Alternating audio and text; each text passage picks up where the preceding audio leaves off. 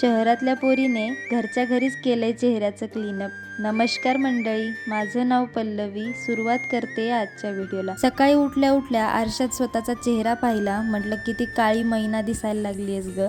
थोडं तरी आता क्लीनअप कर, जरा चेहऱ्याची काळजी घे. चेहऱ्याची काळजी म्हणजे मी काय रोज चेहऱ्याला काही लावत नाही बरं का. 8-10 दिवसामध्ये एक स्क्रबचं पॅकेट घ्यायचं, चेहरा स्वच्छ धुवून घ्यायचा, मग्यामध्ये पाणी घेऊन स्क्रब करायचं, एवढंच माझं रुटीन असतं.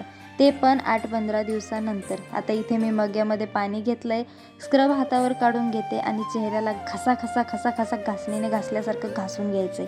जशी आपण भांडी घासतो ना, तसंच मी चेहऱ्याला घासून घेतलंय बघा. इकडून तिकडे तिकडून इकडे चेहऱ्याला भांडी घासल्यासारखं घासून झाल्यानंतर आग होत असेल तोंडाची तर थोडंसं थंड पाणी मारून चेहरा स्वच्छ धुवून घ्यायचा. जसं की मी आता धुते ना तसा. चेहऱ्यावर तसा नॅचरल ग्लो आहेच आपल्या, पण स्क्रब केल्यानंतर जी डेड स्किन झालेली होती तीही निघून गेली. स्क्रब झाल्यानंतर जास्त काही करायचं नाही, फक्त मुलतानी माती थोडीशी भिजवून घ्यायची आणि व्यवस्थितपणे ती सगळ्या चेहऱ्याला लावायची. तुम्ही म्हणाल मुलतानी मातीच का? मुलतानी माती चेहरा स्वच्छ करते, अतिरिक्त तेल काढून टाकते, पिंपल्स, ब्लॅकहेडसाठी मदत करते, त्वचा थंड आणि फ्रेश ठेवते. त्यामुळे आता हे 10-15 मिनटं वाळतंय तोपर्यंत म्हटलं मी पास्ता खाऊन घेते. पास्ता तसा टेस्टी होता बरं का, पण आपण काय चटणी भाकरीचे माणसं, आपल्याला हे पदार्थ काही जास्त गोड लागत नाही. पण आता पूर्ण पोट भरून खाल्ल्यानंतर म्हटलं आता भांडी घासायचंही काम मलाच करायचंय.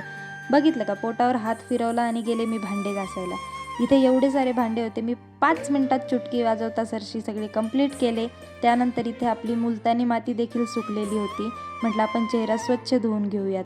स्वच्छ धुतल्यानंतर माझ्या चेहऱ्यावरचा ग्लो बघा, नॅचरल किती गोरी दिसायला लागली होती. चेहऱ्याला एवढं रगडल्यानंतर म्हटलं थोडंसं मॉइश्चरायझर लावून घेते. तेवढ्यात मैत्रिणीचा कॉल आला, कधी येते चहा घेण्यासाठी. चहाला ऑलवेज वेलकम हो.